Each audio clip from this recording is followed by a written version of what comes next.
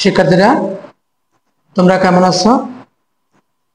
আজকে আমরা আলোচনা করব তোমাদের নবম দশম শ্রেণীর পাঠ্য বইয়ের 111 পৃষ্ঠার 3 গড়া নগদান বই। একটা অঙ্ক আছে আমাদের 3 গড়া নগদান বই। এই অঙ্কটা নিয়ে আমরা আজকে আলোচনা করব। প্রথমে আমরা ভাগ করে নিলাম অর্ধেক।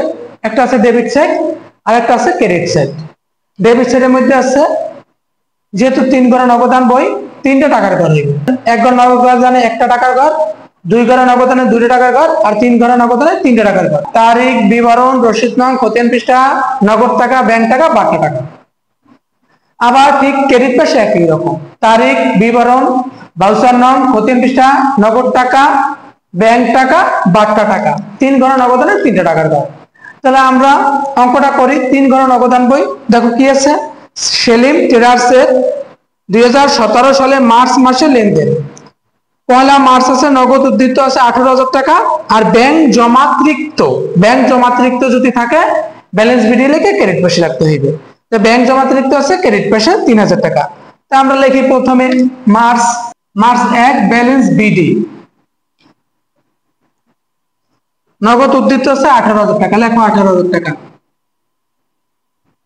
আর ক্রেডিট পাশে লেখো একই মাস ব্যালেন্স বিডি ব্যাংক জমাতিরিক্ত যেহেতু আছে তাহলে ক্রেডিট পাশে যাবে যে টাকা আছে ব্যাংকে গেল 3,000 টাকা। 1 তারিখ আমাদের এন্ট্রি শেষ। প্রথম আছে নগদ উদ্ধৃত এবং ব্যাংক জমাতিরিক্ত আছে। নগদ উদ্ধৃত তার জন্য লিখলাম ব্যালেন্স বিডি 18,000 টাকা, ডেবিট পাশে নগদে ঘরে আর ব্যালেন্স বিডি ক্রেডিট পাশে লিখলাম যেহেতু ব্যাংক জমাতিরিক্ত আছে তার জন্য ক্রেডিট পাশে ব্যাংকে ঘরে 3,000 টাকা। তারপর আছে 3 তারিখ 3 মার্চ ব্যাংকে জমা দান।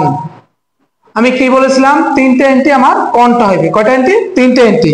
ব্যাংকে জমা দান, ব্যাংক থেকে উত্তোলন আর ব্যাংকে হিসাব খোলা হলো। এই 3টের মধ্যে কিন্তু একটা পড়ে ব্যাংকে জমা দান 3 তারিখ। তাহলে যাবে নাকি ব্যাংকে জমা দান, ব্যাংক হিসাব ডেবিট, নগদান হিসাব ক্রেডিট। আমরা হিসাব করি নগদান বই। নগদান হলো নগদ টাকা এবং ব্যাংক টাকা। যে পাশে নগদ টাকা আর ব্যাংক টাকা যে পাশে আছে, যদি ডেবিট পাশে থাকে ডেবিট পাশে যাবে, ক্রেডিট পাশে থাকলে ক্রেডিট পাশে যাবে। যেহেতু ব্যাংকে জমা দিচ্ছে যাবে নাকি ব্যাংক হিসাব ডেবিট আর নগদান হিসাব ক্রেডিট। দোনো পাশে তারিখ দাও। 3 তারিখ এই বিষয় দাও। 3 তারিখ যাবে নাকি ব্যাংকে জমা দান, ব্যাংক হিসাব ডেবিট, টাকা আসলো 5,000, ডেবিট পাশে ব্যাংকের ঘরে 5,000 লেখো, 5,000। খতিয়ান ঘরে সি লেখো কোনটা। নগদান ব্যাংক হিসাব ডেবিট, যেহেতু ব্যাংকে জমা দিছে ব্যাংক হিসাব ডেবিট, নগদান হিসাব ক্রেডিট, ক্রেডিট পাশে নগদের ঘরে লেখো 5,000 টাকা। সি টাকা আছে কোথায়? এই ডেবিট পাশে আছে ব্যাংকের ঘরে, তার জন্য লাগবে বিপরীত এন্ট্রি নগদান হিসাব। ক্রেডিট পাশে টাকা আছে কোথায়? ব্যাংকের নগদের ঘরে, তার জন্য লাগবে ব্যাংক হিসাব। যাবে দেখেছিল ব্যাংকে জমা দান, যাবে হলো ব্যাংক হিসাব ডেবিট, ডেবিট পাশে লিখলাম টাকা, বিপরীত এন্ট্রি লিখলাম কি নগদান, তার জন্য নগদ বিপরীত এন্ট্রি নগদান। আর নগদান হিসাব ক্রেডিট পাশে নগদের ঘরে টাকা রাখলাম, যেহেতু টাকা আছে নগদের ঘরে বিপরীত এন্ট্রি লিখতে হবে, তার জন্য ব্যাংক হিসাব। এই হলো আমার কোনটা এন্ট্রি। 6 তারিখ আছে সাইমের কাছ থেকে 7,000 টাকা পূর্ণ নিষ্পত্তিতে 6,800 টাকা প্রাপ্তি মানে পাইছি। সাইমের কাছ থেকে টাকা পাইছি কার কাছ থেকে? সাইমের কাছ থেকে। দাম কত? 7,000 টাকা দিছে কত? 6,200 টাকা কম দিছে, 200 টাকা বাড়তা। যেহেতু প্রাপ্তি ডেবিট পাশে লাগবো, নগদান হিসাব ডেবিট, দেনাদার হিসাব ক্রেডিট। মার্চ 6 দেনাদার লাগবো, দেনাদার হিসাব আছে কত? 6,800 টাকা, 6,800। বারটা লেখো 200 টাকা, এই 200 টাকা যাবে নাকি নগদান হিসাব ডেবিট, দেনাদার হিসাব ক্রেডিট। টাকা ছিল কোথায়? নগদান হিসাব ডেবিট, তার জন্য নগদের ঘরে লিখলাম, বিপরীত দিকে দেনাদার লিখলাম। 10 তারিখ আছে সুমির নিকটে দেনা বাবদ 3,400 টাকা চেকে প্রদান করলাম। চেকে প্রদান যাবে নাকি পাওনাদার। সুমি হলো পাওনাদার আমার কাছে এসেছে, এসে বলে স্যার আমার টাকাটা দেন। কে এসেছে? পাওনাদার। যাবে নাকি পাওনাদার হিসাব ডেবিট, নগদান হিসাব ক্রেডিট। নগদ আছে কোথায়? ক্রেডিট পাশে, লিখবো কোথায় আমরা? ক্রেডিট পাশে, বিপরীত এন্ট্রি কি পাওনাদার। 10 তারিখ পাওনাদার হিসাব টাকা দিছি কিতে চেকে 4000, 3400, বাটটা আছে 100 টাকা, এই 100 টাকা বাটটা। টাকা পেতে কত 3500। আয়সা বলে যে ভাই আমার 100 টাকা রাইখে বাকি টাকাটা আমাকে ফেরত দিয়ে দেন। তাহলে আমার কাছে কে এসেছে পাওনাদার, তাহলে পাওনাদার হিসাব ডেবিট, নগদ হিসাব ক্রেডিট। নগদ আছে কোথায় ক্রেডিট পেশে, লিখবো কোথায় আমরা ক্রেডিট পেশে লিখছি, এই যে বিবৃতিটি কি পাওনাদার। 14 তারিখ ব্যক্তিগত প্রয়োজনে নগদ উত্তোলন। ব্যক্তিগত প্রয়োজনে নগদ উত্তোলন যাবে দাও উত্তোলন হিসাব ডেবিট, নগদান হিসাব ক্রেডিট। নগদ আছে কোথায় ক্রেডিট পেশে, লিখবো কোথায় আমরা ক্রেডিট পেশে, বিবৃতিটি উত্তোলন, লেখো উত্তোলন। 14 তারিখ উত্তোলন হিসাব, যেহেতু নগদ উত্তোলন করছে নগদ থেকে কমবে, এই 500 টাকা ব্যক্তিগত প্রয়োজনে নগদ উত্তোলন যাবে তাহলে উত্তোলন হিসাব ডেবিট, নগদান হিসাব ক্রেডিট। টাকা আছে নগদ আছে কোথায় ক্রেডিট পেশে, বিপরীতে লিখলাম উত্তোলন। তারপর আছে 16 তারিখ পণ্য বিক্রয় যাবে তা কি পণ্য বিক্রয় করলে আমি টাকা পেয়েছি, আমি যদি টাকা পাই তাহলে ডেবিট পেশে, তা যাবে তা কি নগদান হিসাব ডেবিট, বিক্রয় হিসাব ক্রেডিট। নগদ আছে কোথায় ডেবিট পেশে, লিখবো কোথায় আমরা ডেবিট পেশে, বিপরীতে লিখবো। 16 তারিখ বিক্রয় হিসাব যাবে হলো নগদান হিসাব ডেবিট, বিক্রয় হিসাব ক্রেডিট। নগদ আছে ডেবিট পাশে, তার জন্য লাগবে আমরা ডেবিট পাশে 12,000 টাকা। যাবে ছিল নগদান হিসাব ডেবিট, তার জন্য নগদ পাশে লিখলাম। তারপর আছে 18 তারিখ 8,000 টাকার পণ্য ক্রয় করছি 5%, এইটা হলো কারবারি বার্তা। যদি কারবারি বার্তা থাকে তাহলে টাকা বার্তা করে টাকা যাবে না, এটা কিন্তু নগদ বার্তা, শুধু নগদ বার্তা গুলো যায় যে টাকা আমরা কম পাই অথবা কম দেই, পাওনাদারকে আমরা কম দেই আর দেনাদার থেকে আমরা যেটা কম পাই ওই টাকাগুলো থেকে। যেহেতু 8,000 টাকার পণ্য ক্রয় করছে 5% বার্তায়, তাই 8,000 উপরে 5% হলো 400 টাকা কমিয়ে যাবে, থাকবে হলো 7,600। যাবে দেখি ক্রয় হিসাব ডেবিট, নগদান হিসাব ক্রেডিট। নগদ আছে কোথায় এবার ক্রেডিট পেশে, বিপরীতের দিকে ক্রয়, লেখো ক্রয়। টাকা ছিল 7,600, আর যে 400 টাকা বার্তা এটা কারবারি বার্তা, এটা আসবে না। তারপর 20 তারিখ প্রদায় বিলের অর্থ ব্যাংক কর্তৃক পরিশোধ। প্রদায় বিল ছিল, প্রদায় বিল ব্যাংক কর্তৃক পরিশোধ করছে, যাবে নাকি প্রদায় বিল হিসাব ডেবিট, ব্যাংক হিসাব ক্রেডিট। এবার ব্যাংক আছে কোথায় ক্রেডিট পেশে, লিখবো কোথায় আমরা ক্রেডিট পেশে, বিপরীতের দিকে প্রদায় হিসাব, লেখো 20 তারিখ প্রদায় হিসাব। প্রদায় হিসাবের অর্থ ব্যাংক কর্তৃক পরিশোধ। টাকা আসলে 2,000 টাকা ব্যাংকের ঘরে, লেখো 2,000 টাকা ব্যাংকের ঘরে। তারপর আছে 24 তারিখ আরিফের কাছ থেকে কি পাইছি, একটা চেক পাইছি। টাকা পাইতাম হলো আরিফের কাছে 7,000 টাকা। তা আরিফ বলো কি ভাই আমি 6,500 টাকা দেবো, তাও আবার চেকে দিছে, যাবে তা কি ব্যাংক হিসাব ডেবিট, বার্তা হিসাব ডেবিট আর দেনাদার হিসাব ক্রেডিট। তা আমি যেহেতু টাকা পেয়েছি কোথায় চেক পাইছি, চেকের সাথে সম্পর্ক কার ব্যাংকের, তার জন্য ব্যাংক হিসাব হচ্ছে ডেবিট। টাকা আছে কোথায় ডেবিট পাশে, ব্যাংকের ঘরে ডেবিট পাশে, তার জন্য লিখবো আমরা ডেবিট পাশে, বিপরীতে থেকে দেনাদার। চেক পাইছি, যেহেতু চেক পাইছি চেকের সাথে সম্পর্ক ব্যাংকের, তাই 6,500 আর 500 টাকা হলো আছে বাট্টা ঘরে, এই বাট্টা ঘরে 500 টাকা। 24 তারিখ ছিল দেনাদারের কাছ থেকে আরিফের কাছ থেকে চেক প্রাপ্তি, চেকের সাথে সম্পর্ক ব্যাংকের, তার জন্য ডেবিট পাশে লিখলাম। ব্যাংক হিসাব ডেবিট, যাবে তাহলে ব্যাংক হিসাব ডেবিট, তার জন্য আমরা ডেবিট পাশে লিখলাম। টাকা আছে কোথায় ডেবিট পাশে, বিপরীতে দেনাদার।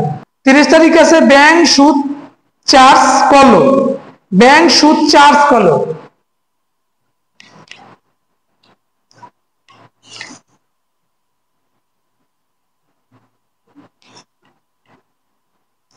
তারপর আছে 30 তারিখ ব্যাংক সুদ ধার্য করলো।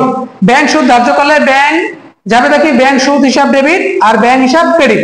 ব্যাংক সুদ ধার্য করলো বলতে আমার অ্যাকাউন্ট থেকে ব্যাংক তার খরচ কেটে নিল, তা যেহেতু খরচ যদি কেটে নেয় তাহলে আমার ব্যাংক থেকে টাকা কমে গেছে, যেহেতু টাকা কমে গেছে তাহলে ক্রেডিট পেশে যাবে হলো ব্যাংক চার্জ হিসাব ডেবিট, ব্যাংক হিসাব ক্রেডিট। ব্যাংক আছে কোথায় এবার ক্রেডিট পেশে, বিপরীতে থেকে ব্যাংক চার্জ, লেখো 30 তারিখ ব্যাংক চার্জ।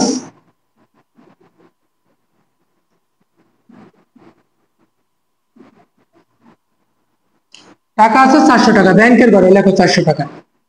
এই হলো আমার সবগুলো এন্ট্রি। এখন আমরা যোগ বিয়োগ করবো। দেখো ডেবিট পাশে দুটোটাই বড় আছে ডেবিট পাশে, তার জন্য আমরা ডেবিট পাশটা আগে যোগ করে নিই। এগুলো সব যোগ করো, 18,000, 12,000 আর 6,800 হলো 36,800, আর এটা হলো 11,500, এই করে লেখো 36,800 করলাম হলো 36,800, এই করে সব যোগ করলাম হলো 11,500। তাহলে 36,800 এই করে লেখো, আর এই করে লেখো ব্যাংকের করে লেখো 11,500, আর এই ঘরে বারটা আছে 700 টাকা, আর এই ঘরে বারটা আছে 100 টাকা। আমরা জানি যে বারটার টাকা সিডিবিডি হয় না, তার জন্য বারটা যে কত টাকা আছে কত টাকা লিখলাম। এই দেখো এগুলো সব যোগ করো, এগুলো সব যোগ করলে হয় 13,100। 13,100 থেকে বাদ দেবা 36,800, তাহলে হয় আমার 23,700 টাকা। এই 23,700 টাকা এই পাশে ঘাটতি আছে, যে কত টাকা ঘাটতি আছে ওটা বলে ব্যালেন্স সিডি। আমার আয় হয়েছিল 36,800 আর ব্যয় হয়েছে 13,100। তা 36,800 থেকে 13,100 বাদ দিলে থাকে হলো 23,700। এটা বলে হলো ব্যালেন্স সিডি। মাস হলো 31 তারিখ, মাসের শেষ তারিখ, ব্যালেন্স সিডি 700। এই হলো আমার 23,700 হলো ব্যালেন্স সিডি। এখন আমি এই কটা যোগ করলাম, ব্যাংকের সাইডে যোগ করলাম, পাইলাম হলো 11,700। এখন এই করে সব যোগ করলাম, পাইলাম হলো 8,800। এর থেকে এটা বিয়োগ করো, থাকে হলো 2700। এই 2700 হলো ব্যালেন্স সিডি ব্যাংকের ঘরে আমার। দেখো ব্যাংকের ঘরে নগদের ঘরে আসলে 23,800 টাকা আমার উদ্ধৃত রয়েছে, আর ক্রেডিট ব্যাংকের ঘরে আছে 2700। এইটা যেহেতু ব্যালেন্স সিডি করছি, পরের মাসের 1 তারিখ ব্যালেন্স বিডি করে দাও। মার্চের পর হলো এপ্রিল, এই হলো আমার ব্যালেন্স সিডি, আর এইটা আমি পরের মাসের 1 তারিখ, এপ্রিল মাসের 1 তারিখ ব্যালেন্স বিডি করে দিলাম। এই হলো আমার অঙ্ক। দেখো প্রথমে ছিল হলো মার্চ 1 তারিখ নগদ উদ্ধৃত এবং ব্যাংক জমাতিরিক্ত ছিল, তার জন্য দোনো পাশে আমরা ব্যালেন্স বিডি লিখলাম। ডেবিট পাশে নগদ টাকা, ডেবিট পাশে ব্যালেন্স বিডি, আর ব্যাংক জমাতিরিক্ত ছিল, ক্রেডিট পাশে ছিল ব্যালেন্স বিডি 3,000 টাকা। দেখো 3 তারিখ ছিল হলো ব্যাংকে জমা দান, কন্টা এন্ট্রি, যাবে হলো ব্যাংক হিসাব ডেবিট আর নগদান হিসাব ক্রেডিট। ব্যাংক ডেবিট পাশে লিখলাম ব্যাংক হিসাব ডেবিট, তার জন্য ডেবিট পাশে লিখলাম বিপরীত এন্ট্রি নগদান, আর ব্যাংক হিসাব ক্রেডিট, নগদান হিসাব ক্রেডিট পাশে লিখলাম বিপরীত এন্ট্রি লিখলাম। তারপর আসলো 3 তারিখ, তারপর আসলো 6 তারিখ। 6 তারিখ দিনাদারের কাছ থেকে পাওয়া গেল, যাবে নাকি দিনাদার হিসাব, নগদান হিসাব ডেবিট, দিনাদার হিসাব ক্রেডিট। নগদ টাকা আছে ডেবিটে, তার জন্য লিখলাম ডেবিট পাশে বিপরীত এন্ট্রি দিনাদার লিখলাম। পয়েন্ট আছে চেকের মাধ্যমে পণ্য বিক্রয়, যাবে হলো নগদান হিসাব ডেবিট, বিক্রয় হিসাব ক্রেডিট। নগদান যেহেতু ডেবিট পাশে আছে, ডেবিট পাশে লিখলাম, বিপরীত এন্ট্রি কি বিক্রয় লিখলাম বিক্রয় পাশে। তারপর আছে দিনাদারের কাছ থেকে চেক পাওয়া গেল, মানে আরিফের কাছ থেকে, এটা আছে 24 তারিখ। যেহেতু দেনাদারের কাছ থেকে চেক পাওয়া গেছে, যাবে কি ব্যাংক হিসাব ডেবিট আর দেনাদার হিসাব ক্রেডিট। দেনাদার যেহেতু ব্যাংক যেহেতু ডেবিট আছে, ডেবিট পাশে লিখলাম, দেনাদার ক্রেডিট আছে, বিপরীত এন্ট্রি লিখলাম। তারপর আছে 10 তারিখ, পাওনাদারকে পরিশোধ, চেকের মাধ্যমে পাওনাদারকে পরিশোধ, যাবে কি পাওনাদার হিসাব ডেবিট, ব্যাংক হিসাব ক্রেডিট। ব্যাংক আছে কোথায় ক্রেডিট পাশে, তার জন্য লিখলাম ক্রেডিট পাশে, বিপরীত এন্ট্রি পাওনাদার। 14 তারিখ আছে মালিক ব্যক্তিগত প্রয়োজন উত্তোলন করলো, উত্তোলন, যাবে কি উত্তোলন হিসাব ডেবিট, নগদান হিসাব ক্রেডিট। নগদ আছে ক্রেডিট পাশে, তার জন্য লিখলাম ক্রেডিট পাশে, বিপরীত এন্ট্রি উত্তোলন লিখলাম। তারপর আছে 5% বাট, 18 তারিখ আছে 5% বাট্টায় পণ্য ক্রয়, যাবে হলো ক্রয় হিসাব ডেবিট, নগদান ক্রেডিট। নগদ যেহেতু ক্রেডিট পাশে আছে, ক্রেডিট পাশে লিখলাম, বিপরীত এন্ট্রি ক্রয় লিখলাম। তারপর আছে 20 তারিখ ব্যাংকের মাধ্যমে প্রদায় বিলের অর্থ পরিশোধ, যাবে হলো প্রদায় বিল হিসাব ডেবিট, ব্যাংক হিসাব ক্রেডিট। ব্যাংক আছে ক্রেডিট পাশে, তার জন্য লিখলাম ক্রেডিট পাশে, বিপরীত এন্ট্রি কি প্রদায় হিসাব লিখলাম প্রদায় হিসাব। ব্যাংক চার্জ ধার্য করলো, যাবে হলো ব্যাংক হিসাব ব্যাংক চার্জ হিসাব ডেবিট, ব্যাংক হিসাব ক্রেডিট। ব্যাংক আছে ক্রেডিট পাশে, লিখলাম ক্রেডিট পাশে, বিপরীত এন্ট্রি কি ব্যাংক চার্জ। তারপর এই করে সব যোগ করলাম, পাইলাম হলো 13,100। 36,800 থেকে 13,100 বাদ দিলাম, থাকলো 23,700। আবার ডেবিট পাশে ব্যাংকের ঘরে বড়, এই করে সব যোগ করলাম, পাইলাম হলো 11,500। এই করে সব যোগ করলাম, পাইলাম হলো 8,800। এই 11,500 থেকে 8,800 টাকা বাদ দিলাম, পাইলাম হলো 1,700। এটা হলো ব্যালেন্স সিডি, মানে আমার সব খরচ বাদ দেওয়ার পরে নগদে রয়েছে এই কয় টাকা আর ব্যাংকে রয়েছে এই কয় টাকা। এই টাকাটা আবার ব্যালেন্স সিডিতে আবার পরের মাসে 1 তারিখ ব্যালেন্স বিডি করে দাও। এই হলো আমার 3 ঘোড়া নগদান বই। আশা করি তোমরা সকলেই বুঝতে পেরেছো।